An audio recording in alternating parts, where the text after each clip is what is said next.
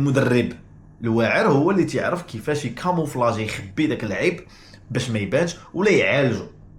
وتنظن الا لعبنا بثلاثه في الدفاع غادي نعالجوا المشكل ديالنا ديال الدفاع، خصوصا وانه عندك اللعابه اللي مولفين تيلعبوا بها.